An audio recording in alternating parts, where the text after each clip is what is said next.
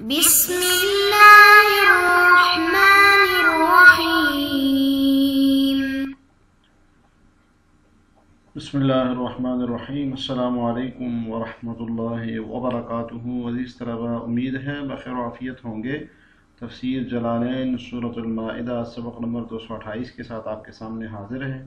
عزیز طلباء، آج کا سبق انشاءاللہ لقد کفر الذین قالوا ان اللہ ثالث ثلاثہ سے لے کر آیت نمبر 75 ان واللہ هو السمیع العلیم تک ہوگا۔ آئیے عزیز طلباء بلا تاخیر سبق کی ابتدا کرتے ہیں۔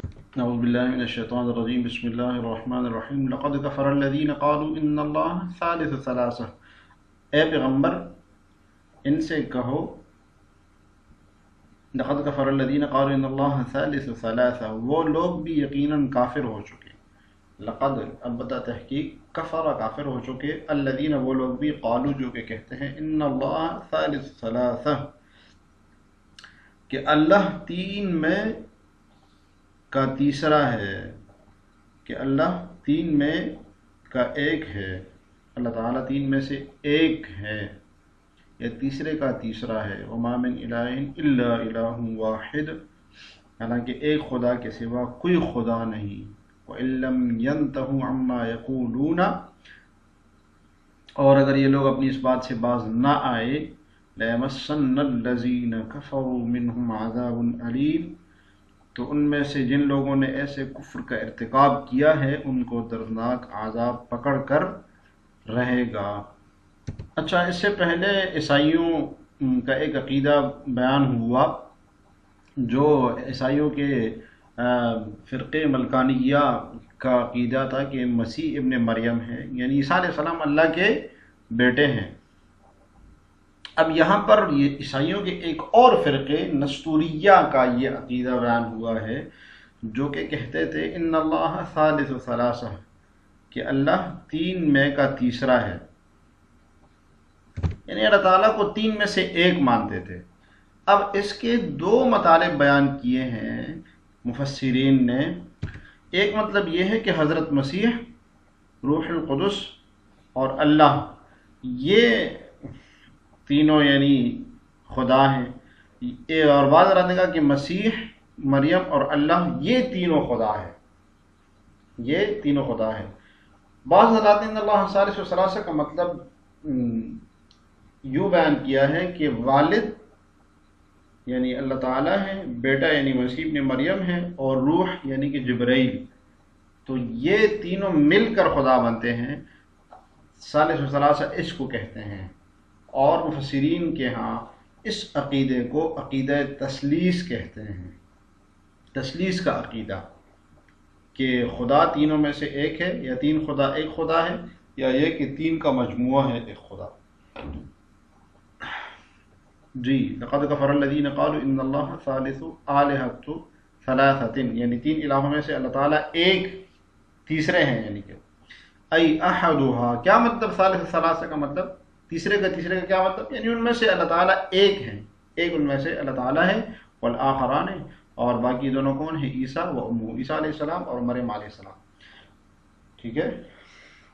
اور بعض نے کہا مسیح، روح القدس اور اللہ، بعض نے کہا مسیح، مریم اور اللہ، جیسے کہ صاحب جلالین بتا رہے ہیں، اور بعض نے کہا کہ اب، اور روح القدس یہ تینوں مل کر، وہم فرقۃ من النصارى، اور یہ نصارہ کا ایک فرقہ تھا جو کہ نستوریہ تھا۔ اللہ تعالیٰ نے اس کا جواب دیا، وما من الہ الا الہ واحد، کہ ایک خدا کے سوا، ایک معبود کے سوا، ایک اللہ کے سوا کوئی معبود نہیں، ایک خدا کے سوا کوئی معبود نہیں۔ وَإِن لَّمْ يَنْتَهُوا عَمَّا يَقُولُونَ، اور اگر وہ باز نہ آئے جو وہ کہتے ہیں، کس چیز سے باز نہ آئے؟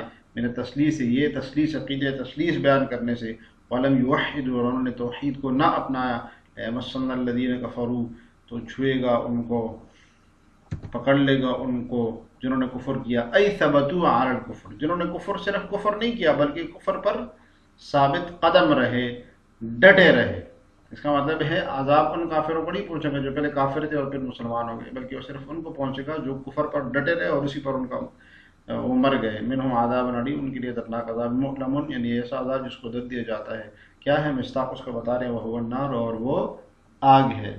اس طرح آگے دیکھیے افلا یتوبون الی اللہ ویستغفرونہ، کیا پھر بھی یہ لوگ معافی کے لیے اللہ کی طرف رجوع نہیں کریں گے؟ افلا یتوبون الی اللہ، کیا پھر بھی یہ اللہ سے توبہ نہیں کریں گے؟ ویستغفرون، اور اس سے مغفرت نہیں مانگیں گے.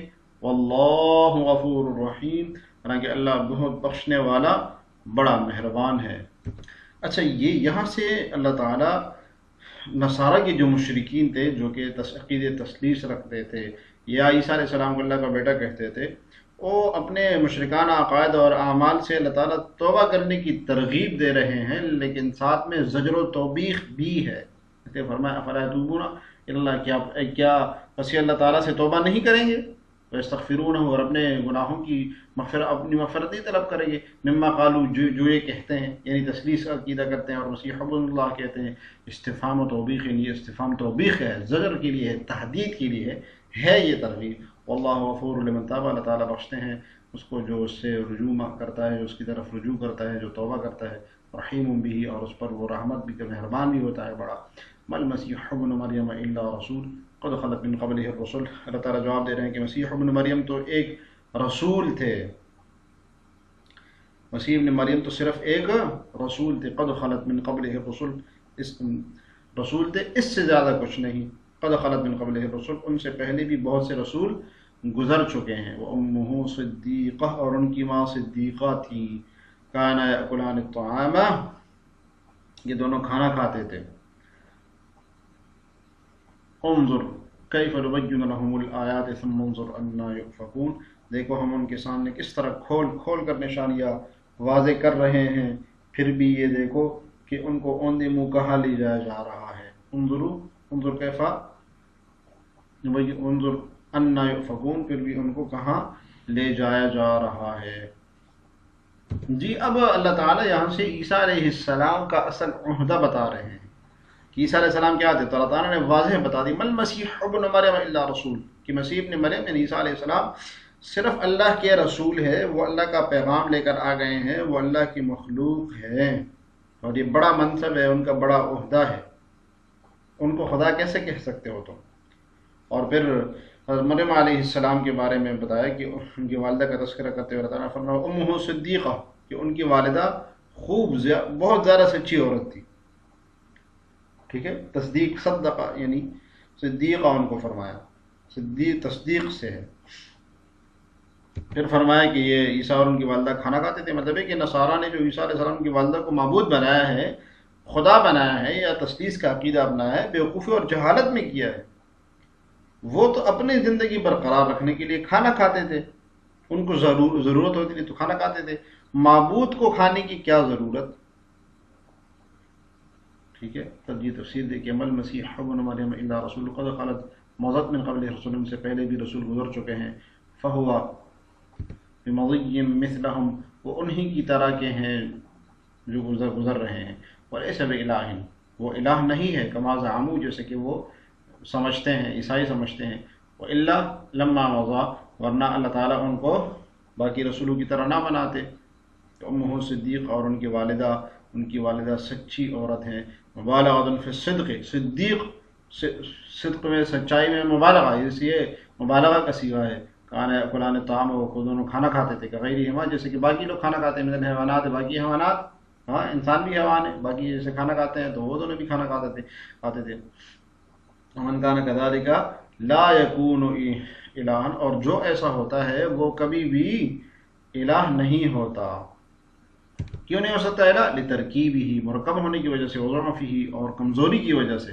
لترکیبہ کا کیا مطلب ہے کہ یعنی جس کو کھانے کی ضرورت پیش آتی ہے، اس کا جسم مرکب ہوتا ہے گوشت کا، ہڈیوں کا، تو ان چیزوں کا وہ محتاج ہوتا ہے اس کا جسم. تو جو محتاج ہوتا ہے وہ الہ کیسے ہو سکتے؟ وضعفہ، اور کمزوری کی وجہ سے. وما ينشأ منه من البول والغائط، اور پھر اس کے نتیجے میں وما ينشأ منه، اور جو اس کے نتیجے میں جو پیدا ہوتا ہے، من البول، بول و براز، ٹھیک ہے، چھوٹا پیشاب اور بڑا پیشاب جو اس کے نتیجے میں نازل پیدا ہوتا ہے.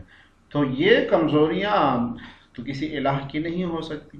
انظر متعجبا، دیکھیے تعجب کے ساتھ، کیف نبین لهم الآیات علی وحدانیتنا، کیسے ہم نے اپنی وحدانیت کے اوپر آیات کو بیان کیا. ثم انظر، پھر دیکھیے، انا کیف کے معنی یؤفکون، کیسے وہ پھیر دیے جاتے ہیں. ای یصرفون عن الحق ما قیام البرہان، کہ وہ حق سے کیسے پھر جاتے ہیں، یصرفون ما قیام البرہان، باوجود اس کے کہ بڑی دلیل ان کے پاس قائم ہوتی ہے۔ آگے فرمایا قل اتعبدون من دون اللہ، اے پیغمبر ان سے کہو کہ اتعبدون من دون اللہ، کیا تم اللہ کے سوا ایسی مخلوق کی عبادت کرتے ہو، ما لا یملک لکم ضرا ولا نفعا، جو تمہیں نہ کوئی نقصان پہنچانے کی طاقت رکھتے ہیں اور نہ ہی فائدہ پہنچانے کی، واللہ هو السمیع العلیم، اور اللہ تعالیٰ جو ہر بات کو سننے والا، ہر چیز کو جاننے والا ہے۔ ان آیات میں اللہ تعالیٰ نے معبود کی اصل صفات بتلائی کہ معبود تو وہ ہوتا ہے جو ہر قسم کے نفع نقصان کا مالک ہوتا ہے، اس کو پورا اختیار ہوتا ہے، اور اللہ تعالیٰ کے سوا یہ وصف کسی میں بھی نہیں ہے۔ اس لیے اللہ تعالیٰ کے سوا کسی چیز کا معبود ہونا یہ بالکل باطل ہے، اور یہود نصارہ جو کہ عزیر علیہ السلام کو خدا کہنا اور ان کا بیٹا کہنا، یہ بغیر کسی دلیل کے ہیں۔ قل اتعبدون من دون اللہ غیرہ، کیا تم معبود بناتے ہو اللہ تعالیٰ کے سوا ایسے کو ما لا یملک ضرا ولا نفع، جو تمہارے لیے نہ کسی نقصان کا مالک ہے اور نہ کسی نفع کا، واللہ هو السمیع، اور اللہ تعالیٰ سننے والے ہیں، کہ اس کو اقوالکم، تمہارے اقوال کو سنتے ہیں جو تم کہتے ہو اللہ تعالیٰ کے بارے میں سے اقوال، العلیم، اور جانتے ہیں باحوالکم، تمہارے احوال کو، اور استفہام اور انکار، اور یہ استفہام اتعبدون میں حمزہ جو ہے یہ استفہام انکاری ہے اور توبیخ کے لیے آیا ہوا ہے۔ یہ اس طرح آج کے سبق سے متعلق سوال ہے کہ عقیدہ تثلیث کیا ہے، آپ نے تفصیل سے پڑھا، کمنٹس میں جواب ضرور لکھیے گا۔ عزیز طلبہ، آج کا سبق ہم نے لقد کفر الذین سے لے کر آیت نمبر 76 واللہ هو السمیع العلیم تک پڑھا۔ دعا ہے کہ اللہ تعالیٰ ہمیں یہ تفسیر جلالین پڑھنے سمجھنے اور اس پر عمل کرنے کی توفیق عطا فرمائے۔ السلام علیکم ورحمۃ اللہ وبرکاتہ۔